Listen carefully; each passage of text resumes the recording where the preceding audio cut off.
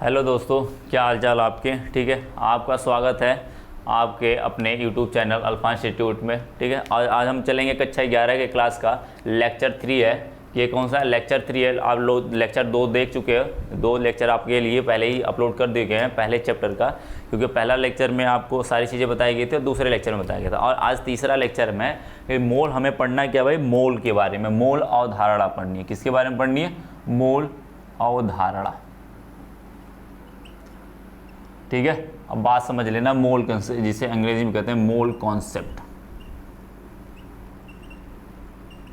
बात समझ लेना भाई। देखो पढ़ना क्या है, देखो पहली बार डिजाइन कैसे है, देखो समझो। मोल के बारे में पढ़ना है और मोल के बारे में सारी चीज़ डिटेल करना है। जैसे अणुओं की संख्या बताना, परमाणुओं की संख्या बताना। ठीक है, कितने मोल, मोल क्या होता है एक्चुअल में, मोल होता क्या है, मोल से क्या क्या चीज़ें निकाल सकते हैं हम लोग, उसका उपयोग कहाँ कहाँ कर सकते हैं। ठीक है, इन सब चीज़ों को, या फिर मोल क्या क्या चीज़ें बताता है, इन सब सारी चीज़ों के बारे में यहाँ पे हम डिस्कस करेंगे। पूरे डिटेल तरीके से जीरो से लेके पूरे आगे तक जाएंगे। ठीक है, जीरो से लेके एक एक चीज़, बेसिक चीज़ें हम बताएंगे आपको, क्योंकि आपका 11th का है। तो अभी आप बेसिक देख सकते हो कि क्या क्या बेसिक चीज़ें हैं, क्योंकि बेसिक पढ़ोगे तो ही जाके आगे काम आएंगी, वो चीज़ें आसान हो जाएंगी फिर। ठीक है, छोटे छोटे प्रॉब्लम को सॉल्व करोगे तो बड़े वाली प्रॉब्लम अपने आप सॉल्व हो जाती है। इस तरीके से हम लोग चलेंगे। ठीक है, तो बात करते भाई मोल के बारे में। तो मोल से शब्द का नाम सुनते ही आपको ना एक दिमाग में आ जाना चाहिए कि मोल का मतलब होता है, जानते हो क्या होता है? मोल का मतलब होता है एक संख्या से मतलब है।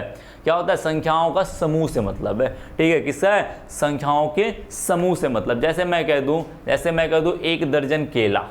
1 दर्जन केला का मतलब क्या समझते हो आप लोग? 12 केले, यही समझते हो ना। तो ये क्या हुआ? आप कहोगे 1 मोल केला, यानी कहोगे 12 केले। ठीक है, इस तरीके से संख्याओं का क्या है? संख्याओं का एक समूह है, उसको बोलेंगे। यानी मैं कर दूं कणों की संख्याओं का समूह, क्या कहलाता है? एक मोल कहता है। उसके निश्चित मान होते हैं। क्या होते हैं? निश्चित मान होते हैं। तो बात करते भाई केमिस्ट्री की बात करते हैं। ये तो नॉर्मल सी बात होगी कि मोल कहते किससे हैं। ठीक है, मोल कहते किसे? यदि मैं बात करूं केमिस्ट्री की, तो केमिस्ट्री में मोल किसे कहते हैं? तो मैं मोल की परिभाषाओं लिखूं तो क्या कहोगे? मोल क्या होता है? तो मोल भाई जो आधुनिक, या फिर जो कह सकते हो मोल किसे डिस्क्राइब किया गया है, मोल किसके बारे में बताया गया है, तो बताया गया कि मोल पदार्थ की वह पदार्थ की, क्या लिख सकते हो?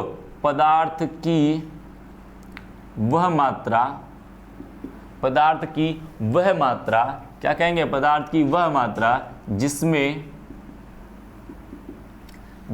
क्या होता है? पदार्थ की वह मात्रा जिसमें परमाणुओं के या कार्बन परमाणुओं के, जिसमें कार्बन परमाणुओं की या पदार्थ की वह मात्रा जिसमें परमाणुओं के या कार्बन 12 परमाणुओं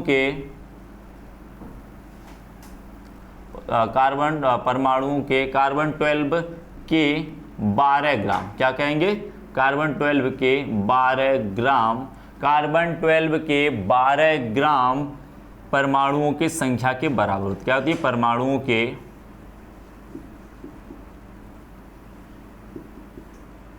की संख्या के बराबर होती है। क्या होती है? संख्या के बराबर होती है। संख्या के बराबर होती है। पदार्थ की वह मात्रा जिसमें कणों की संख्या, ऐसे लिखोगे, कणों की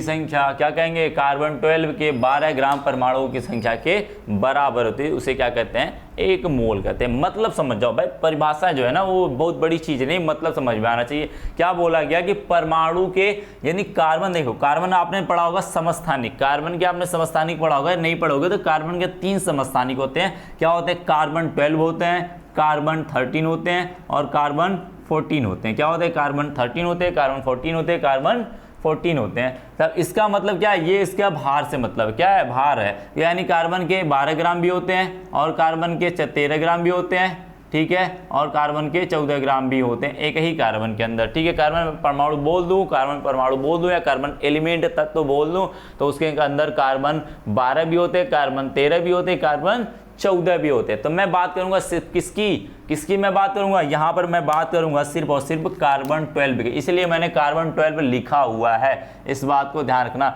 यहां पर 13 और 14 की बात नहीं करेगा। बात किसकी करेगा? सिर्फ कार्बन 14 का 12 की, किसकी बात करें, कार्बन 12 यानी जिसका 12 ग्राम भार है उसकी बात करेगा। तो कहेंगे कार्बन 12 के 12 ग्राम में कितने, कार्बन 12 के 12 ग्राम के परमाणुओं की जितनी संख्या होती है, कार्बन 12 के 12 ग्राम, कितने, 12 ग्राम के परमाणुओं में 12 ग्राम में परमाणुओं की जितनी संख्या होती है, इसने ग्राम ले लोगे कार्बन 12 के, और उसमें जितने कार्बन के परमाणु होंगे, ठीक है, वही मात्रा यदि उसके बराबर हो जाए, उसका भी उतने ही ग्राम बराबर, उसमें परमाणुओं की संख्या बराबर हो जाए, और उस परमाणु की संख्या का जो भार होगा वही क्या कहलाएगा, 1 मोल कहलाएगा। ठीक है, यदि मैं कहूं कार्बन 12 के 12 ग्राम का जो कणों की संख्या है वो कितना है, मान के चलते हैं एक्सपेरिमेंटल चीज है, ठीक है, कितना है, 6.022 गुणे 10 की घात 23 कण होते हैं। कितने होते हैं, 23 कण होते हैं, जिसे एवोगैड्रो नंबर कहते हैं। हम लोग क्या कहते हैं, एवोगैड्रो नंबर कहते हैं। तो इसमें जो कणों की संख्या इतनी होगी तो वही कणों की संख्या इसके बराबर होगी, और उन्हीं कणों की संख्या का जितना भार होगा, जितना क्या होगा, भार होगा, वही भार क्या कहलाएगा, उसका 1 मोल कहलाएगा। यदि मैं बात करूं कार्बन 12 के कितने कणों की संख्या होती है, 6.022 गुणे 10 की घात 23 कण होते हैं। कार्बन 12 के 12 ग्राम में कितने होते हैं, 12 ग्राम में इतने कण उपस्थित होते हैं कार्बन के। ठीक है, बात समझ में, कार्बन परमाणु के इतने उपस्थित होते हैं। यदि मैं कह दूं सोडियम के कितने परमाणु उपस्थित होते हैं, इसी के बराबर Na के बराबर Na सोडियम का भी होगा, और सोडियम Na के बराबर जितने सोडियम का भार होगा, जितने सोडियम का भार होगा उसी को हम लोग क्या कहेंगे, यानी सोडियम का जो भार आता है वो आता है 23 ग्राम। क्या आता है, 23 ग्राम, यानी कि सोडियम तत्व के 1 मोल, सोडियम तत्व का 1 मोल बराबर क्या हो जाएगा, 23 ग्राम हो जाएगा। क्या हो जाएगा, 23 ग्राम हो जाएगा। बातें समझ में आई, यानी कि क्या कहेंगे, कार्बन 12 के 12 ग्राम में परमाणुओं की संख्या के बराबर उस नए जो नया हम जिससे कंपेयर कराना है, इसमें क्या हो रहा है, कंपेयर करा रहे हैं हम लोग, कार्बन 12 से कंपेयर कराते हैं, जिसमें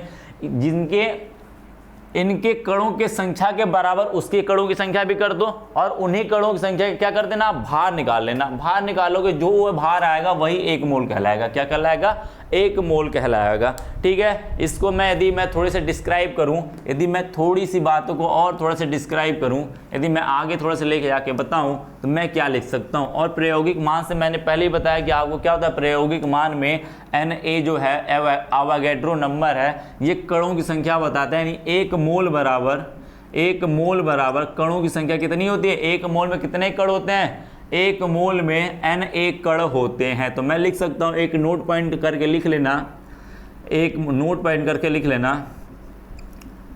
मोल में Na कण उपस्थित होते हैं, Na कण उपस्थित होते हैं। समझ गए, कितने होते हैं, Na कण उपस्थित होते हैं। मैं Na की वैल्यू लिख देता हूं, Na की वैल्यू होती है 6.022 गुणे 10 की घात 23 होता है कण। क्या होता है, कण।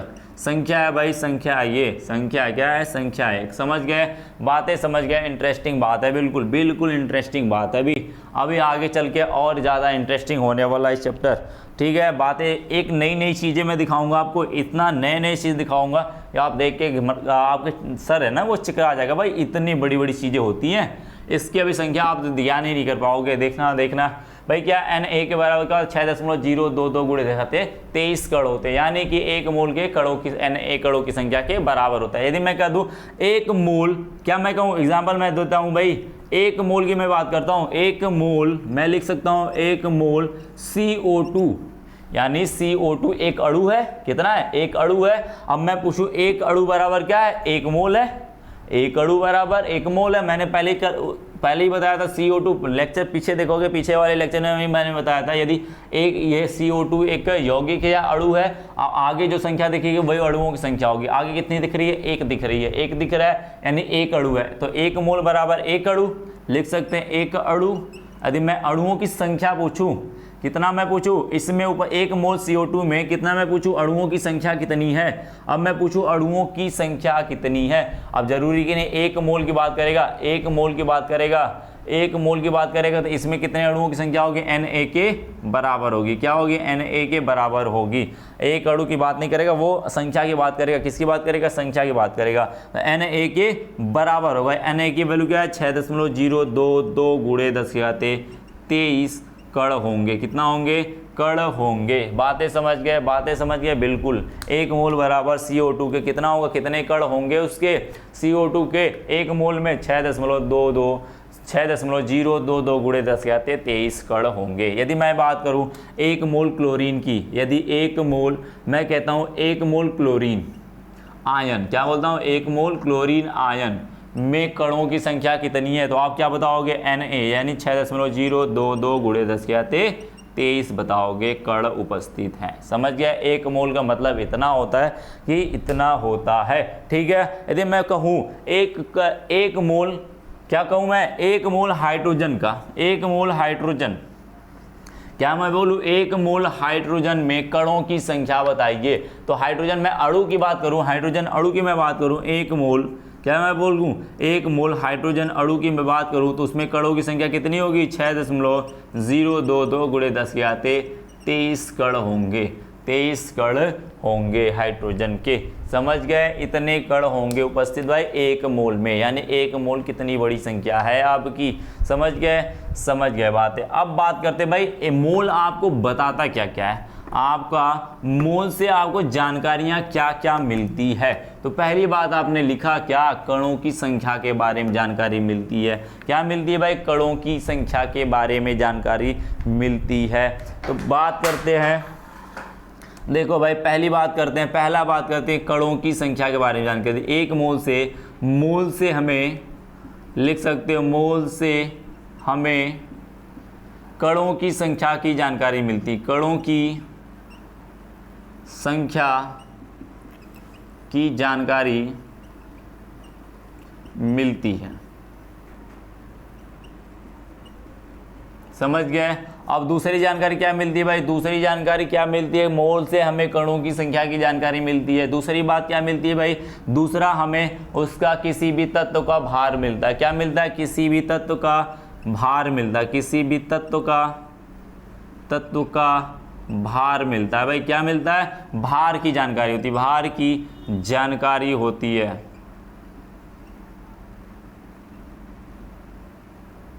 ठीक है। देखो भार का मतलब क्या, मैं बोल दूं एक मोल सोडियम, एक मोल सोडियम का भार, मैं बोल दूं एक मोल सोडियम का भार, क्या बोलूं, एक मोल सोडियम का भार क्या हो जाएगा भाई, एक मोल सोडियम का भार, यानी कणों की संख्या पहली बात तो क्या होती है, कणों की संख्या क्या होती है, 6.022 इंटू 10⁻³ कण होंगे। बात समझ गए। एक मोल में सोडियम के कितने कण होंगे, 6 क्या होता है भाई, 6.022 इंटू 10⁻³ होता है। अब मैं भार की पूछूं, इतने कणों का भार कितना होगा, वही तो एक मोल होगा, वही तो एक मोल होगा। इतने कणों का भार कितना होता है, तो बोलूँगा 23 ग्राम होता है। कितना होता है, 23 ग्राम होता है। आपने पढ़ा होगा कि सोडियम का भार कितना होता है, परमाणु भार कितना होता है, 23 ग्राम पढ़ा होगा, वो यहीं से आता है। इतने कण उपस्थित होते हैं, इन्हीं कणों को क्या करते हैं हम लोग, मापते हैं, और माप के देखा गया कि 23 ग्राम होता है। क्या होता है, 23 ग्राम होता है इतने कणों का भार। ठीक है, इतने कणों का भार कितना होता है, 23 ग्राम होता है। यदि मैं बात करूं क्लोरीन की, यदि मैं किसकी बात करूं, किसकी बात करूं भाई, मैं बात कर लेता हूं, किसी की भी बात कर सकते हैं। एक मोल मैं बोल देता हूं, आपके पास एक मोल कैल्शियम है। क्या है, एक मोल कैल्शियम का भार बताओ, एक मोल कैल्शियम का भार बताओ। तो क्या बताओगे, पहली बात, एक मोल कैल्शियम का भार कितना होगा, जितने कणों की, उसमें कणों को उपस्थित जितना भार होगा वही तो एक मोल का भार होगा। तो क्या कहेंगे, क्या कहेंगे, 40 ग्राम बोलेंगे। क्या करेंगे, 40 ग्राम। यदि मैं कहूँ एक मोल बराबर 40 ग्राम, या मैं बोल सकता हूँ Na, क्या कर सकता हूँ, एक मोल बराबर Na भी होता है। तो मैं दोनों लिख सकता हूँ, लिख सकता हूँ, बिल्कुल लिख सकता हूँ। बातें समझ में। दूसरी बात ये पता चली, और तीसरी बात पता चली, जब कोई तत्व होगा तब की बात कर रहा है। यदि कोई यौगिक आ गया, तो कोई अणु आ गया, तो क्या बात करते भाई, तो बात भी कर लेंगे, तो भी हम बात कर लेंगे। क्या बात करते हो भाई, हम बात करेंगे भाई, हम बात करेंगे। क्या बात करेंगे, देखो क्या करते हैं अभी, बात करेंगे जो उसका सूत्र भार होगा, जो उसका सूत्र होगा और उस सूत्र का जो भार होगा वही उसके 1 मोल के बराबर होगा। यदि मैं कहूँ जल का सूत्र क्या होता है, आप लिखोगे H2O, क्या लिखते हो H2O, ये हो गया सूत्र इसका। और इस सूत्र का जो भार होगा, इस सूत्र का भार क्या होगा, अणु भार के बराबर होगा। तो हम कह सकते हैं इस सूत्र का भार, सूत्र का भार यानी उसको बोलते हैं सूत्र भार कहते हैं। ये सूत्र भार के बारे में तीसरी बात यानी कि क्या हुई, सूत्र भार या अणु भार, क्या कहेंगे, सूत्र भार या अणु भार की जानकारी देता, सूत्र भार या अणु भार की जानकारी देता है। क्या करता है, सूत्र भार या अणु भार की जानकारी देता है। जैसे मैं कहूँ H2O, जल का सूत्र कितना होता है H2O, मैं इसका भार करूं तो मैं हाइड्रोजन का कितना भार होता है, 1 मोल की बात कर रहा है, कितने मोल की बात कर रहा है, 1 मोल की बात कर रहा है। 1 मोल में यही H2O ही होता है, इसका सूत्र भार ही 1 मोल के बराबर होता है। इसका सूत्र कितना हुआ H2O, इसका भार कितना हुआ, 1 हाइड्रोजन का 1 ग्राम, तो 2 हाइड्रोजन का 2 हो गया, प्लस में इसी के साथ जुड़ा हुआ तो उसी में होगा, उसका भी होगा तो प्लस कर देते हैं। ऑक्सीजन का कितना होता है, 1 ऑक्सीजन का 16 होता है, भाई याद कर लेना 16 होता है, कितना होता है 16 होता है। तो दोनों को जोड़ दोगे कितने बराबर, 18 आएगा, 18 ग्राम, यानी कि 1 मोल बराबर 18 ग्राम, यही तो उसका सूत्र भार हुआ। और यही क्या होता है, उसके अणु भार के बराबर होता है। क्या होता है, अणु भार के बराबर होता है, यानी जिसका एक अणु का जो अणुओं का भार होता है वही उसके बराबर होता है। और यही किसके बराबर होता है, Na के। Na क्या बता रहा है, कणों की संख्या बता रहा है। क्या बता रहा है, कणों की संख्या बता रहा है। ये क्या बता रहा है, भार बता रहा है। क्या बता रहा है, इसका भार बता रहा है। ये इसके मोल की बता रहा है। तो समझ में आ रही बातें, ये क्या बता रहा है भाई, इस मोल से यदि यहाँ से मैं देखूँ तो क्या बता रहे, ये कणों की संख्या का ग्रुप बता रहे हैं। यानी यहाँ पे कणों की संख्या क्या है, बहुत सारे कण हैं, तो कण संख्याओं का एक ग्रुप है, क्या है, संख्याओं का एक बहुत बड़ा सा ग्रुप है, उसी के बारे में वो जानकारियां दे रहा है। एक मोल या मोल की बारे में यही विशेषता है, ठीक है। यही विशेषता है भाई मोल का, कि मोल इन सब चीज़ों के बारे में आपको क्या करता है, बताता रहता है। क्या करता है, बताता रहता है, इस तरीके से, ठीक है। बात समझ गए, बातें समझ गए आप लोग। अब हम बात करते हैं भाई कुछ छोटी छोटी टॉपिक है उनकी बात करते हैं, फिर हम क्वेश्चन पे सीधे चलेंगे। क्या करेंगे, क्वेश्चन, क्योंकि क्वेश्चन बहुत ज़्यादा इंपॉर्टेंट है, थ्योरी ज़्यादा इंपॉर्टेंट नहीं है इसकी। क्या है, थ्योरी बहुत ज़्यादा इंपॉर्टेंट नहीं है। थ्योरी का मतलब सिर्फ समझना चाहिए, आप इसको समझ गए तो क्वेश्चन कर जाओगे, क्वेश्चन कर गए तो बहुत बढ़िया भाई, आप सब कुछ समझ गए इसके, ठीक है। सबसे ज़्यादा ऐसे क्वेश्चन ही आते हैं, तो क्वेश्चन को समझ लो। अब आगे छोटी छोटी बातें हैं, जैसे मैं कह दूं मोलर भार, क्या मैं बोलूँ, मोलर द्रव्यमान, क्या मैं बोलूँ, मोलर द्रव्यमान या मोलर भार की मैं बात करूँ तो क्या कहोगे आप लोग, मोलर द्रव्यमान से क्या समझ में आता है। देखो किसी चीज़ को बोला जाए तो उसका माइंड में स्ट्राइक करना चाहिए कि वही भाई कहना क्या चाहता है, आदमी क्या कहना चाहता है। यदि मैंने बोल दिया आपके सामने क्या, मोलर भार, क्या बोला मैंने, मोलर भार या मोलर द्रव्यमान कह सकते हो, जो भी कहना चाहो आप, द्रव्यमान, जिसे इंग्लिश में कहते हैं मोलर मास, क्या कहते हैं, मोलर मास कहते हो, ठीक है। समझ गए, मोलर भार से मतलब क्या होता है, जो उसका अणु भार होता है वही उसका मोलर मास कहता है। यानी कह सकते हैं पदार्थ का 1 मोल का भार उसका मोलर भार कहलाता है। क्या कहलाता है, किसी पदार्थ का, लिख सकते हैं भाई, किसी पदार्थ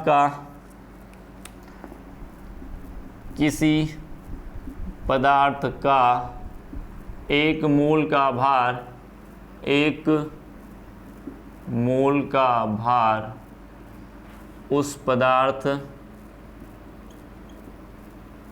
पदार्थ का मोलर द्रव्यमान कहता है। क्या कहलाता है, मोलर द्रव्यमान कहलाता है। सीधी सी बात है, छोटी सी बात, कहलाता है। समझ गए क्या बोला गया है, किसी पदार्थ का 1 मोल का जो भार होता है वही इसका मोलर भार कहलाता है या मोलर द्रव्यमान कहलाता है। मैं कहूँ H2O तो इसका मोलर द्रव्यमान कितना होगा, मोलर द्रव्यमान कितना होगा, 2 + 16 बराबर भी निकाल के आया हो ना। 1 मोल का द्रव्यमान कितना होता है, 1 मोल बराबर कितना होता है, 2 इसका, 1 हाइड्रोजन का 2, सॉरी 1 हाइड्रोजन का 1, 2 हाइड्रोजन का 2, प्लस में 1 ऑक्सीजन का 16 है, यानी कि कितना हो जाएगा 18, यानी 18 ग्राम क्या है इसका मोलर द्रव्यमान है। यही इसके बराबर, किसके, मोलर द्रव्यमान के बराबर। क्या क्या लिखेंगे, मोलर द्रव्यमान, क्या लिखेंगे इसका, मोलर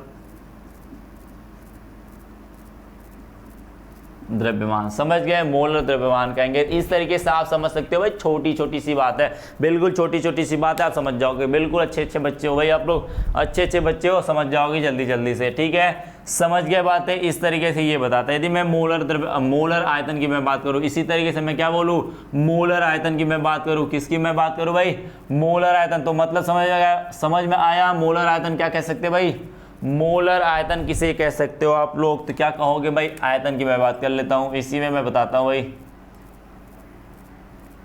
आयतन। तो क्या कहेंगे, मोलर वॉल्यूम।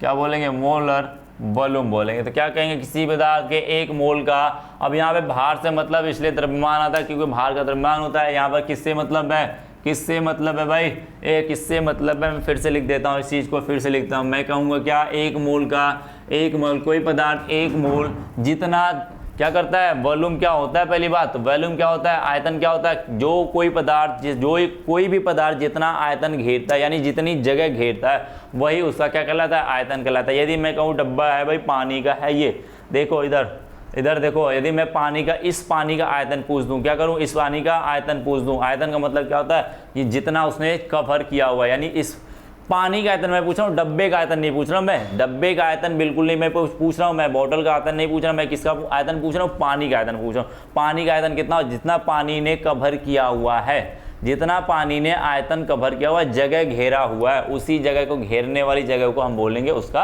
आयतन बोलेंगे। समझ गए, इसका मतलब यहाँ से यहाँ तक देखो घेरा हुआ है, यहाँ से यहाँ तक घेरा हुआ है, जो इसका जगह है उसी जगह को हम लोग क्या बोलेंगे, आयतन बोलेंगे। समझ में आई बातें, तो बोला गया, यहीं से इसको देख के बता सकते हो आप लोग क्या कर सकते हो भाई, कि किसी पदार्थ का एक मोल जितना आयतन या जितना स्थान घेरता है, एक मोल का, किसी पदार्थ का एक मोल जितना स्थान घेरता है उसका वही उसका मोलर आयतन कहलाता है, मोलर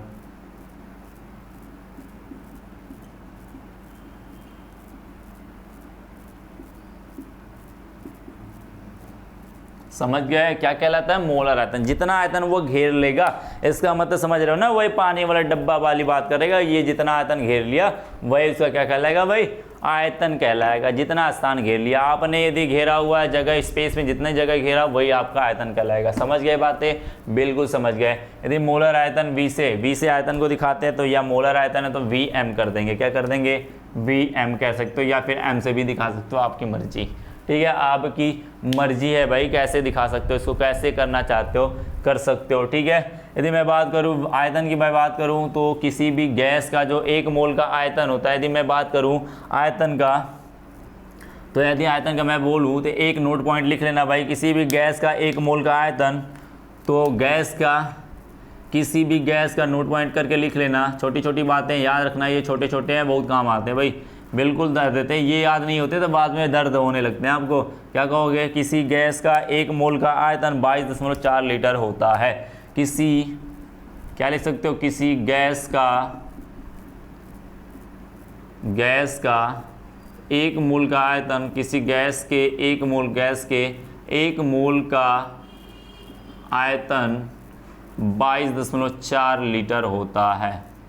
ये भाई आपका फिक्स है, क्या है, कोई भी गैस हो, गैस के लिए ही फॉलो करेगा, सबके लिए नहीं, ये द्रव के लिए नहीं फॉलो करेगा, ये ठोस के लिए फॉलो नहीं करेगा, ये फॉलो किसके लिए करेगा, सिर्फ और सिर्फ गैस के लिए फॉलो करेगा। तो मैं मार्क कर देता हूँ भाई इसको, ये सिर्फ और सिर्फ गैस अवस्था के लिए फॉलो करेगा। तो ध्यान देना इस बात को, क्या करेगा, एक मोल गैस का आयतन कितना होता है, 22.4 लीटर होता है। ये हमेशा फिक्स वैल्यू है, क्या है, फिक्स वैल्यू है, एक्सपेरिमेंटल इतने गैस होते हैं, इसका आयतन इतना ही घेरेगा वो। ठीक है, समझ गए बातें, समझ गए। अब बात करते हैं भाई मोल की बात करते हैं, फिर से अपने मोल पे आते हैं, क्या मोल क्या कहना चाहता है हमें। तो मोल के हम अनुप्रयोग देख लेते हैं, क्या करते हैं, मोल के अनुप्रयोग लिख लेना भाई, मोल के अनुप्रयोग। ठीक है, तो नेक्स्ट हेडिंग आपकी है भाई, वो मोल की अनुप्रयोग है। क्या है, मोल के अनुप्रयोग है। तो बात करते हैं भाई, 2-3 फार्मूले, उसको बस फार्मूले ही पढ़ने हैं, आप ज़्यादा नहीं पढ़ना है आपको। क्या करना है, मोल के अनुप्रयोग।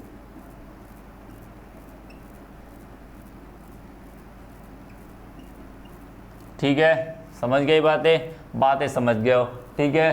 तो एक बात ध्यान रखना, मोल के अनुप्रयोग पहली बात करते हैं किसी भी पदार्थ के या किसी भी अणुओं की संख्या निकालने में। क्या करने में? एक मोल के अणुओं की संख्या निकालने में। मोल के अणुओं की संख्या आपको पता है। यदि मैं कहूँ अणुओं की संख्या निकालने में, पहली बात करेंगे अणुओं या परमाणुओं या कह सकते हो आयन भी तो हो सकते हैं, आयनों आदि, और भी हो सकते हैं यदि इलेक्ट्रॉन हो, जैसे इलेक्ट्रॉन हो गया, प्रोटॉन हो गया, न्यूट्रॉन हो गया, इनकी बाद में आदि जितने प्रकार से भी कण होते हैं, जितने भी प्रकार से कण होते हैं, सभी के मोलों की संख्या निकालने में। क्या करने में? मोलों की संख्या निकालने में, यानी अणुओं की संख्या निकालने में। इसकी संख्या जितनी भी दिखाई दे रही संख्या निकालने में। क्या करने में? निकालने में। बातें समझ गए? निकालने में। तो फार्मूला लिख लेना भाई। फार्मूला होता है आपका, क्या फार्मूला होता है? ये फार्मूला होता है भाई n। यदि मैं कहूँ किसी भी अणुओं, परमाणु या आयनों की क्या होती है, जो संख्या होती है वो n होती है, और n मोल उसके अंदर उपस्थित है, तो n = n × Na हो जाएगा। क्या हो जाएगा? Na हो जाएगा। तो लिख लेना, जहाँ पे n क्या है आपका, अणुओं की संख्या, या अणु, परमाणु, आयन, इलेक्ट्रॉन, प्रोटॉन, न्यूट्रॉन जितने भी कह सकते हो सबकी बात करेगा। तो क्या कहेंगे? अणुओं की संख्या है, अणुओं की संख्या है, ठीक है। अभी क्वेश्चन करेंगे भाई, सब समझ में आ जाएगा। यदि ना समझ में आए तो फिर से समझ में आएगा। ये क्या है? देखो, मोल को n से दिखाते हैं। क्या करते हैं? मोल को n से दिखाते हैं। ये मोल हो गया। क्या होगा? मोलों की संख्या। क्या है? मोलों की संख्या। जितने मोल लोगे उसमें अणुओं की संख्या बताएगा वो। एक मोल लोगे तो एक कर देंगे, इसका एक कर देंगे तो अणुओं की संख्या क्या हो जाएगा? Na के बराबर हो जाएगा। तो यानी 6.022 गुणे 10 कहते 23 हो जाएगा। बात समझ में आई? ये क्या हो गया? Avogadro number. अवोगाड्रो नंबर या संख्या हो गया, संख्या हो गया। बात समझ में आई? बात समझ में आई, ठीक है। अब कोई बात करता है भाई, बात कर लो भाई, ये चीज़ें हैं, ठीक है। बात करेंगे हम लोग अभी अवोगाड्रो नंबर की, फिर से बात करेंगे, ठीक है। ये बात हो गई फार्मूले। तो यदि मैं कहूँ क्या कहूँ, यदि मैं कहूँ हाइड्रोजन, सॉरी बोलूँ जल के 5 अणु हैं। कितने हैं? 5 मोल है। 5 मोल। यदि मैं एक क्वेश्चन दे दूँ भाई, आपको एक क्वेश्चन दे सकता हूँ, बिल्कुल दे सकते हैं भाई। मैं कहूँ जल के, क्वेश्चन मैं देता हूँ भाई, क्या है? जल के 5 मोल में अणुओं की संख्या बताइए। जल के अणुओं की संख्या बताइए। जल के अणुओं की संख्या बताइए। अणुओं की संख्या बताइए, ठीक है। बताइए। कर सकते हैं? बता सकते हैं? बिल्कुल बता सकते हैं। देखो भाई, हल देख लेते हैं इसका हल देख लेते हैं। क्या है भाई हल? क्या होगा? जल के 5 मोल दिया हुआ, यानी n की वैल्यू दिया हुआ 5 मोल। जो दिया है उसको लिख लेते हैं। 5 मोल दिया हुआ, जल के 5 मोल। आप मोलर, अब n की वैल्यू निकालना है। क्या करना है? अणुओं की संख्या निकालनी है। अणुओं की संख्या निकालनी है तो आप जानते हो n = क्या होता है? n × Na होता है। Na की वैल्यू तुम्हें पता है कितना होता है? 6. Na की वैल्यू होती है 6.022 गुणे 10 कहते 23 होते हैं, ठीक है। बात समझ में आई? तो लिख लेना भाई, 5 गुणे 10, 6.022 गुणे 10 कहते 23 होता है। अब बात करते हैं 5 का गुणा कर देंगे तो क्या होगा? 5 दूनी 10, 5 दूनी 10 = 11, 1 हो जाएगा, दशमलव हो जाएगा, 5 6 30, 30 को हो जाएगा 30, ऐसे। यानी कि 30.110 गुणे 10 कहते 23 हो जाएगा, अणु हो जाएगा। बातें समझ में आई? बातें समझ में आई? इस तरीके से अणुओं की संख्या निकल जाएगी। क्या होगा? इस तरीके से अणुओं की संख्या निकल गई ना। इतने अणु उपस्थित होंगे 5 मोल के अंदर। बात समझ में आई? बातें समझ में आई? बातें समझ में आई? बिल्कुल समझ में आई। दूसरी बात कर लेते हैं भाई, दूसरे फार्मूले को देख लेते हैं। नोट कर लेना सारी चीज़ें नोट करते रहना। अब मैं दूसरे की बात करूँ तो क्या बता सकता हूँ मैं भाई? क्या बता सकता हूँ मैं? दूसरी की मैं बात करूँ तो दूसरा क्या हो सकता है फार्मूला? आपका दूसरा फार्मूला होता है परमाणुओं या फिर अणुओं की संख्या बताने के लिए। क्या करना? परमाणु या अणुओं की संख्या बताने के लिए। जैसे मैं कहता हूँ भाई n की वैल्यू क्या होती है? दूसरी मैं बात करूँ, दूसरा इधर देख लो भाई, क्या होता है? दूसरा बात करते हैं मोलों का मोल बताने के लिए। क्या करना? मोल ज्ञात करने में। दूसरी मैं बात करता हूँ मोल ज्ञात करने में। मोल ज्ञात करने में, क्या करने में, मोल ज्ञात करने में। आप जानते हो एक फार्मूला लिख लेना भाई, मोल ज्ञात करने के लिए क्या होता है, N=, होता है W/m होता है, क्या होता है, W/m होता है। इस फार्मूले को लिख लेना। अब W क्या होता है, N क्या होता है, मोल होता है, क्या होता है, मोल होता है, मोलों की संख्या, या फिर कह सकते हो मोलों की संख्या। समझ गए बातें समझ गए। W क्या होता है, किसी कोई पदार्थ का भार, पदार्थ का, जो भी पदार्थ ले रहे हो उसका भार लेंगे। अभी मैं बताऊंगा इस क्वेश्चन के साथ बताऊंगा। पदार्थ का भार लेंगे, क्या कर देंगे, पदार्थ का भार लेंगे। M क्या होता है, उस पदार्थ का, जो पदार्थ लिए उसी पदार्थ का मोलर भार कितना होगा, मोलर भार या द्रव्यमान, क्या कहेंगे, मोलर भार कहेंगे, या फिर क्या कहेंगे, उसका अणु भार कहेंगे। क्या कहेंगे, उस पदार्थ का अणु भार कहेंगे, क्या कहेंगे, अणु भार कहेंगे। बातें समझ में आई। देखो क्वेश्चन मैं बोल सकता हूँ भाई, क्वेश्चन बोल सकता हूँ। मैं कह रहा हूँ, एक क्वेश्चन ले रहा हूँ, मैं कह रहा हूँ CO2 के 40 ग्राम, या मैं कह सकता हूँ 22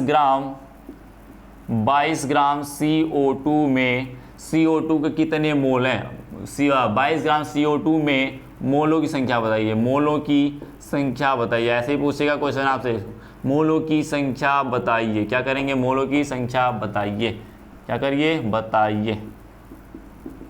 ठीक है, बताएंगे भाई। हल देख लेते हैं भाई, हल क्या करेंगे, 22 है, आप जानते हो 22 ग्राम दिया, यानी कि W यानी मोलों क्या निकाला हुआ है आपको, पदार्थ का भार दिया हुआ है, तो आप जानते हो N= क्या होता है, W/m होता है। तो W कितना दिया हुआ, 22 दिया हुआ, कितना दिया हुआ, 22। अब मोलर भार जानते हो, मोलर भार क्या होता है, इसका जो अणु भार होगा, अणु भार क्या होता है भाई, अणु भार क्या होता है, निकाल सकते हो आप लोग, निकाल सकते हो।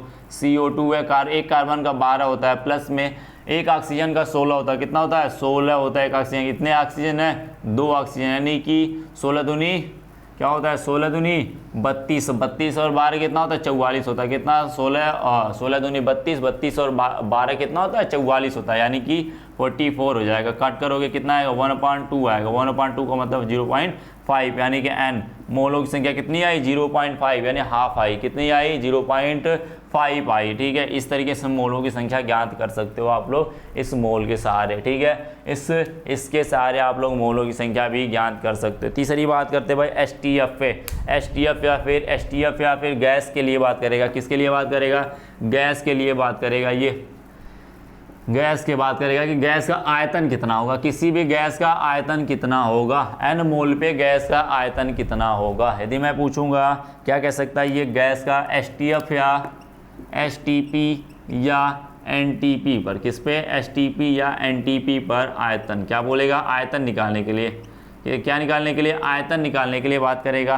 तो फॉर्मूला होता है भाई, किसी का भी आयतन यदि V हो, यदि किसी का आयतन V हो तो उसमें N मोल उपस्थित हो, तो क्या कहेंगे, 22.4 से गुणा कर देंगे। क्या कर देंगे, 22.4 से गुणा कर देंगे, वो उसका आयतन निकल जाए। जानते हो 1 मोल का आयतन कितना होता है भाई, 1 मोल का आयतन कितना होता है, 22.4 लीटर होता है। आप जानते हो, तो मैं पूछूंगा N मोल का कितना होगा, N से गुणा कर दोगे, यही कहेंगे ना। जैसे मैं कहूँ 1 रुपये का 1 केला मिलता है, क्या मिलता है, 1 रुपये का 1 केला, तो मैं कहूँगा 5 केले का क्या, 5 रुपये में कितना केला मिलेगा, 5 रुपये में कितना केला मिलेगा भाई, 5 केले मिलेंगे। तो मैं कहूँगा 1 मोल का 22.4 लीटर, तो मैं कहूँगा N मोल का कितना हुआ, उसमें गुणा कर देंगे, सीधी सी बात है, तो आयतन निकल जाएगा। तो क्या कहेंगे, V फार्मूला लिख सकते हैं, V N इंटू 22.4 लीटर, कह सकते हैं 22.4 लीटर। यानी कह लो भाई, कह लो क्या कहना चाहते हो, कहना चाहते हो। मैं क्वेश्चन करा दूं भाई, क्वेश्चन करा दो। मैं कहूँगा क्या इस पे, यदि मैं कहूँ 2 मोल, क्या कहूँगा मैं, 2 मोल नाइट्रोजन गैस का आयतन बताइए, गैस का आयतन क्या होगा, का आयतन क्या होगा, आयतन क्या होगा, कह सकते हैं भाई, कह सकते हैं आयतन क्या होगा। तो आप जानते हो V क्या होता है, N इंटू 22.4, क्या 22.4। ये सिर्फ और सिर्फ गैस के लिए होता है, सॉलिड के लिए फॉलो नहीं करेगा। सॉलिड के लिए कोई कराएगा तुम गलत काट देना, कहता भाई फॉलो ही नहीं कर रहा है, ये क्या कर रहा है, फॉलो ही नहीं कर रहा है। कर दोगे कैलकुलेशन आ भी जाएगी, लेकिन वो गलत आएगी, क्या आएगी, गलत आएगी, तो कर देना, कर ही नहीं रही। ठीक है, बात समझ में आई। कितना मोल दिया हुआ, 2 मोल दिया हुआ, 2 करते हैं, 2 गुणे 22.4 हो गया, तो गुणा करेंगे क्या आएगा, 4 दूनी 8, 2 दूनी 4, यानी 44.8 लीटर आएगा। कितना आएगा आयतन, 44.8 लीटर आएगा। बातें समझ गए, बातें समझ गए। इस तरीके से हम लोग क्या कर देंगे, इसका कैलकुलेशन कर लेंगे, इसका कैलकुलेशन कर लेंगे। नेक्स्ट पॉइंट है, आपका छोटा सा भाई, बिल्कुल छोटा सा है। किसी भी अणु में उपस्थित परमाणु की संख्या, किसी भी अणु में उपस्थित परमाणु की संख्या पूछ रहा है। किसकी बात कर रहा है वो? अणुओं की संख्या निकाल लिया था आपने, अणुओं की संख्या निकाला था, अणुओं का आयतन भी निकाल लिया था आपने, आयतन भी निकाल लिया। अब आपने मोलों की संख्या भी निकाल लिया, मोल भी कैसे निकालते हैं उसको भी निकाल लिया। अब बोल रहा है कि अणुओं में उपस्थित परमाणु की संख्या, ठीक है। किसमें बात कर रहा है? अणु देगा और उसमें परमाणु की संख्या पूछेगा, उसमें कौन कौन से परमाणु कितने कितने हैं उनकी बात करेगा भाई। किसकी बात करेगा? परमाणुओं की संख्या पूछेगा। किसकी बात पूछेगा? वो परमाणुओं की संख्या पूछेगा। चौथी की मैं बात करूं, चौथा पॉइंट की मैं बात करूं तो क्या होगा भाई? चौथा पॉइंट जो होगा वो होगा कि अणु में उपस्थित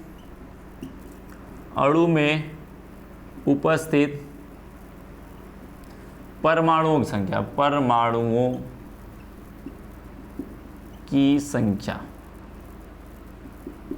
ठीक है, परमाणु की संख्या। तो मैं बोल दूं भाई, यदि आपके पास फार्मूला क्या लिखा था आपने, फार्मूला क्या लिखा था आपने? लिखा था यही n = n × Na। अब यहाँ पे लिख लेना x, क्या लिख लेना? x लिख लेना, ठीक है। अब ये जानते हो अणुओं की संख्या क्या है? अणुओं की संख्या है, समझ गए? क्या है? अणुओं की संख्या है। n क्या है? मोल है। क्या है? मोल की संख्या, ठीक है। Na क्या है? Avogadro number. क्या है? अवोगाड्रो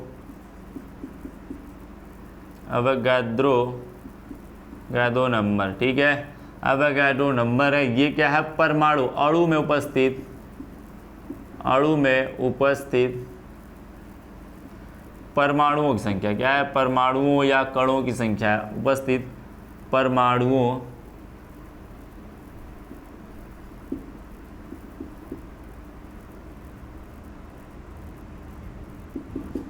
ठीक है। बात समझ में आई? बातें समझ में आई? क्या होगा? n इंटू क्या हो जाएगा? Na × x हो जाएगा। बातें समझ में आई? बातें समझ में, बिल्कुल सिंपल सी बात है, ठीक है। ये सिंपल सी 4 फार्मूले थे आपके, अनुप्रयोग थे इसके, इस तरीके से निकाल सकते हो। ध्यान रखना इन बातों को।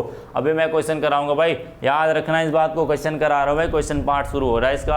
अब क्या करेंगे? छोटा छोटा से क्वेश्चन है, सॉल्व करते हैं, फटाफट क्वेश्चन करेंगे। 10-15 क्वेश्चन, 7-8 क्वेश्चन करीब कर लेंगे भाई। सबके करीब एक क्वेश्चन कर लेंगे, सबके एक 2 क्वेश्चन कर लेते हैं। वैसे मैंने एक क्वेश्चन सभी का तो करा भी दिया है। अब मैं थोड़े से और एक्स्ट्रा करा देता हूँ भाई क्वेश्चन। क्या करता हूँ मैं? क्वेश्चन को थोड़ा सा एक्स्ट्रा करा देता हूँ, ठीक है। बातें समझ में आई? चलो भाई क्वेश्चन का कर लेते हैं।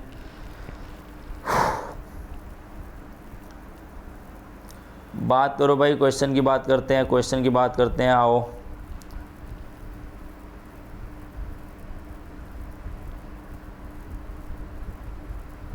चलिए भाई क्वेश्चन की बात कर लेते हैं। पहला दिया हुआ है, बोला हुआ है 1 मोल।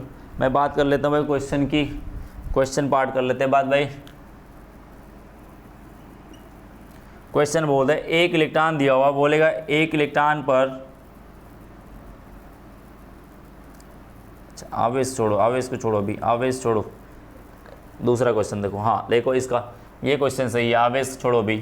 अभी क्या करना है आपको? द्रव्यमान निकालना है। बोला है कि किसी निम्नलिखित, लिखा हुआ है भाई, दूसरा लेता हूँ 1 मिनट भाई, मैं दूसरा ले लेता हूँ। देखो भाई क्या बोला है? बोला है भाई निम्नलिखित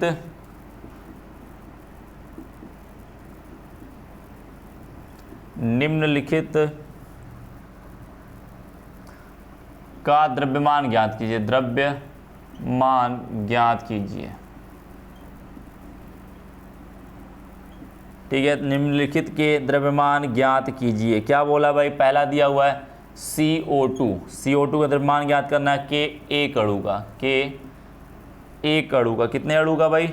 1 अणु का ज्ञात करना है, 1 अणु का द्रव्यमान ज्ञात करना, 1 अणु का। दूसरा दिया हुआ है इसमें, क्या दिया हुआ है? दूसरा दिया हुआ ऑक्सीजन के 1 परमाणु का, ऑक्सीजन के 1 परमाणु का,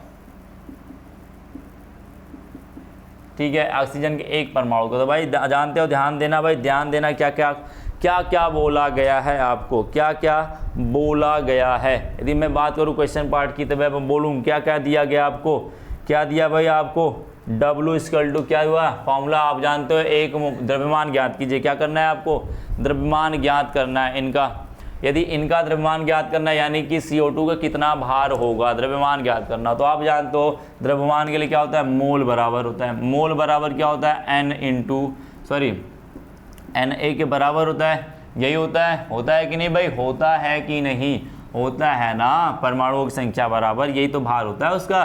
तो क्या कहेंगे, n क्या होता है, n क्या कह सकते हो, पहला निकाल सकते हैं भाई, n क्या हो सकता है, क्या होता है, W/m होता है, यही होता है। Na होता है, एक अणु की बात कर रहा है तो Na की बात करेगा। अब Na गुणे Na, यही होता है। मैं फॉर्मूले को फिर से डिजाइन करूं तो क्या होगा भाई,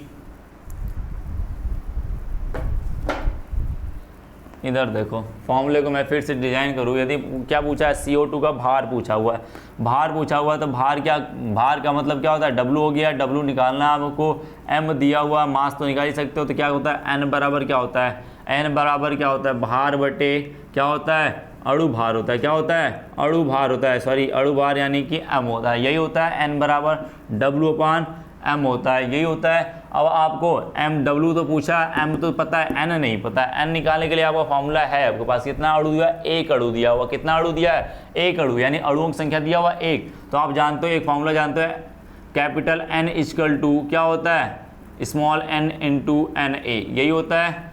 capital N equal to n into Na, यही फॉर्मूला होता है। आप जानते हो, Na को निकाल दो इधर, बराबर क्या हो जाएगा, इधर निकाल दोगे तो क्या होगा, N/Na हो जाएगा।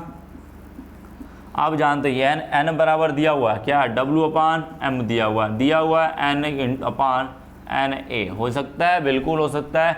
W पूछा हुआ है वही छोड़ देते हैं, M दिया हुआ है, CO2 दिया हुआ, CO2 का क्या होता है, अणु भार क्या होता है, अणु भार क्या, एक कार्बन का 12, 2 ऑक्सीजन का 16 गुणे 2 बराबर 44 आएगा। कितना आएगा, 44 आएगा। 44 कर लेना भाई, 44 कर लिए, बराबर n दिया हुआ है, अणुओं की संख्या कितनी दी हुई है, एक अणु। बोला कितना, एक अणु बोला, एक अणु की बात कर रहा है, कितनी बात कर रहा है, एक अणु। Na का पता है आपको 6.022 गुणे 10 के घाते 23 आएगा। कितना आएगा, 23 आएगा। इसको इधर कर दो, इसको इधर कर दो, W बराबर क्या आएगा भाई, 44 बटे 6.022 गुणे 10 के घाते 23 आएगा। इतने कण होंगे, इतना द्रव्यमान इसका होगा। कैलकुलेशन कर लेना आप लोग अपनी, क्या करना, कैलकुलेशन कर लेना। कैलकुलेशन करने में थोड़ा टाइम लगेगा थोड़ा, ठीक है। तो बात कर लेते हैं भाई, कैलकुलेशन तो आती है, छोटी सी है। 44 में 6.002 से भाग देनी है। क्या करनी है, 44 में 6.0022 से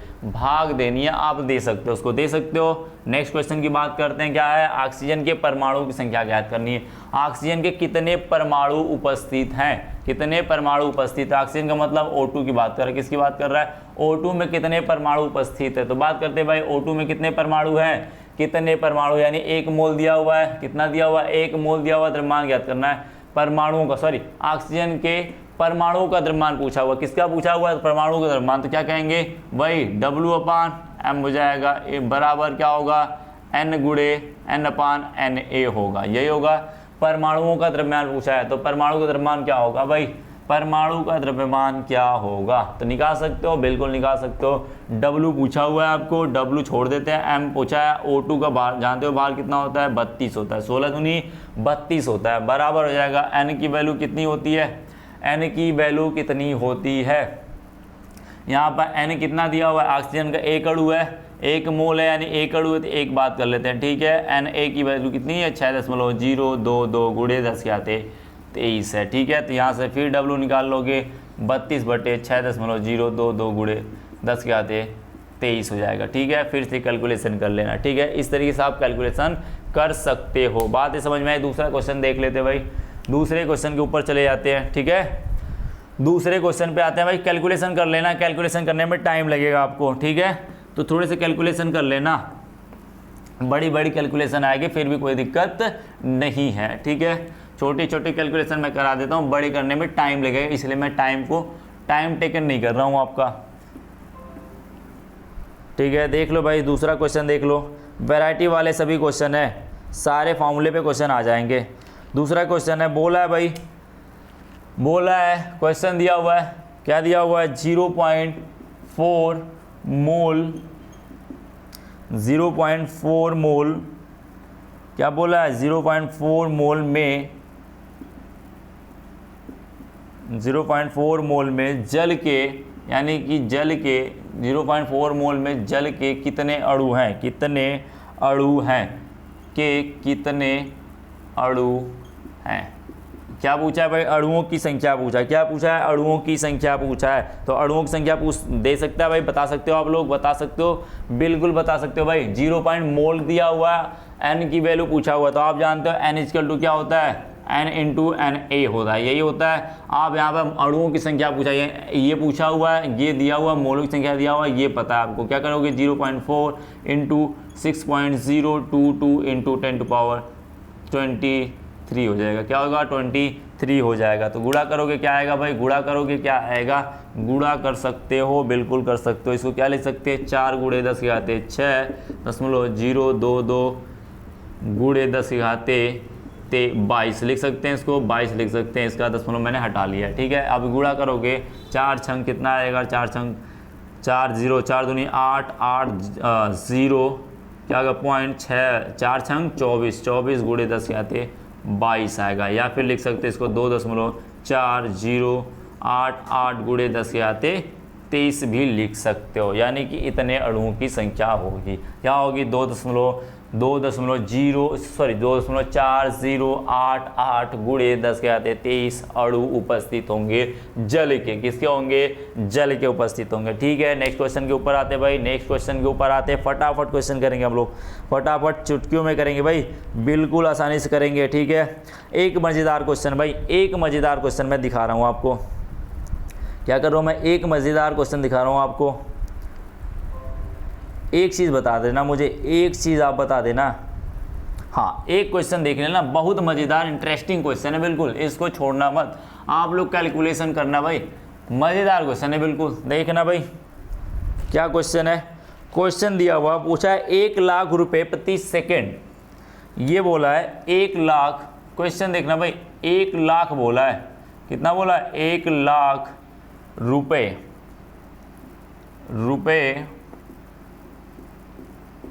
क्या बोला है 1 लाख रुपए प्रति सेकेंड,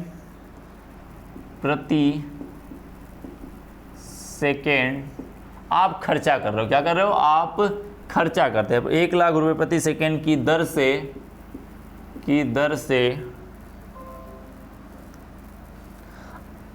से एवोगैड्रो, यानी कि Na, एवोगैड्रो संख्या के बराबर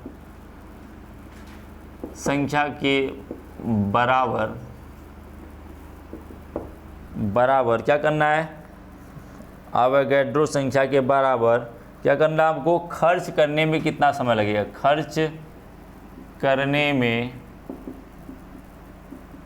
कितना समय लगेगा।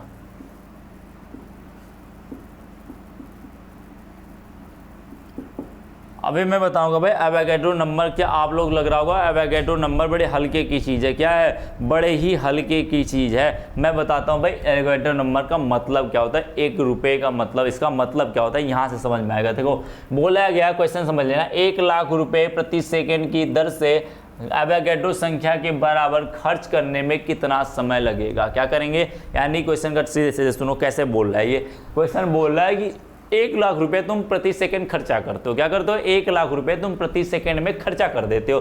तो बोला है एवोगैड्रो संख्या के बराबर जो संख्या होती है ना, जितने रुपए तुम्हारे एवोगैड्रो संख्या के बराबर रुपए दे दिया जाए, तुम्हें कितना समय लगेगा उसे खर्चा करने में, उसे क्या लगेगा, उसे खर्चा करने में कितना समय लगेगा, वही एवोगैड्रो संख्या होती है। ठीक है, बात समझ लेना भाई। देखो अब मैं चूकी से लगाता हूँ, उसको कोई फार्मूला नहीं लगाता भाई, चूकी से लगाते हैं, बस इसका मतलब समझते हैं। देखो क्या है, चूंकि मैं लिख सकता हूँ 1 सेकंड में या 1 लाख रुपया खर्च करने में, यानी 10⁵ 1 लाख का मतलब क्या होता है 10⁵ रुपए। 10⁵ रुपए खर्च करने में कितना समय लगता है, 1 सेकंड लगता है। कितना लगता है, 1 सेकंड लगता है। तो मैं कहूँगा, तो इसलिए मैं बात कर सकता हूँ किसकी, यदि मैं बात करूँ 10⁶ इंटू 6.022 इंटू 10⁻³ 23 रुपए खर्च करने में कितना समय लगेगा, कितना समय लगेगा भाई, कितना समय लगेगा, लगेगा क्या 6.022 गुणे 10 के आते 23 बटे कितना लगेगा, या फिर इसको ऐसे निकाल सकते हो 10 आते 5 लिख सकते हो। इतने ही रुपए लगेंगे ना, इतने ही समय लगेंगे, इतने ही समय लगेंगे ना, बिल्कुल 1 सेकेंड में, 1 सेकेंड में लगेंगे, लगेंगे कि नहीं।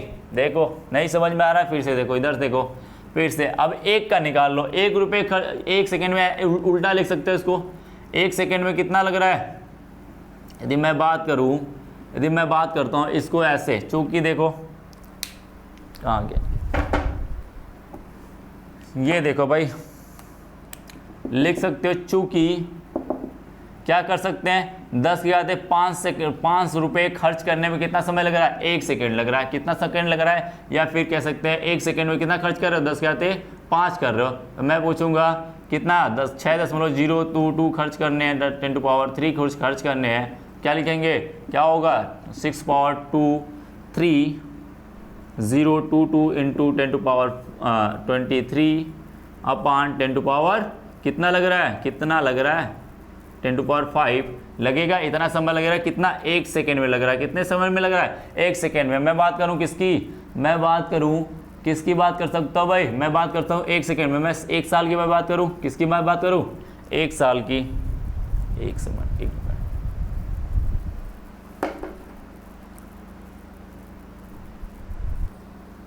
हो गया। देखो भाई, तो बात करते हैं 1 सेकेंड में की बात करता है, 1 सेकेंड की बात करता है, तो 1 सेकेंड को क्या कर सकते हो आप, दिन में परिवर्तित कर सकते हो, दिन में परिवर्तित कर सकते हो, या फिर घंटे में परिवर्तित कर सकते हो। तो क्या कहेंगे 1 सेकेंड को यदि मैं कहूँ किस में परिवर्तित करूँ, सेकेंड में को मैं मिनट में परिवर्तित करूँगा। ये 1 मिनट का लगा हुआ है, किसका लगा हुआ है 1 सेकेंड, यानी कि मैं बात करता हूँ इसको, यदि सेकेंड को किस में मिनट में करोगे तो 60 से भाग दोगे, 60 से भाग दोगे गुणे, यदि मैं इसी मिनट को घंटे में बदलूँ तो कितना करोगे, घंटे में बदलूँ तो कितना आएगा, ये सेकंड में आएगा, सेकंड इनवर्स आएगा। अब इसकी मैं बात करूँ तो घंटे में हो गया, ये सॉरी मिनट में हो गया। अब घंटे में बदलना तो 60 से गुणा करेंगे, फिर यदि घंटे को दिन में बदलना हो तो 24 कर देंगे, और दिन को किस में बदलना है, साल में बदलना है तो कितना होगा 365 कर देंगे। क्या करेंगे 365 कर देंगे। और इसकी कैलकुलेशन करोगे, यदि आप इसकी कैलकुलेशन घर पे कर लेना, इसकी कैलकुलेशन करोगे, यानी कि समय कितना, समय यही तो बोलेगा, समय यही तो समय लग रहा है, यही समय लग रहा है, जो आएगा वही समय होगा, वही क्या होगा आपका समय होगा, क्या होगा समय, टाइम होगा जो आएगा। यानी कि 1 सेकेंड में इतना लग रहा है तो कितने समय में लगेगा, तो इतना खर्च करने में इतना समय लगेगा, यही लगेगा। बात समझ गई।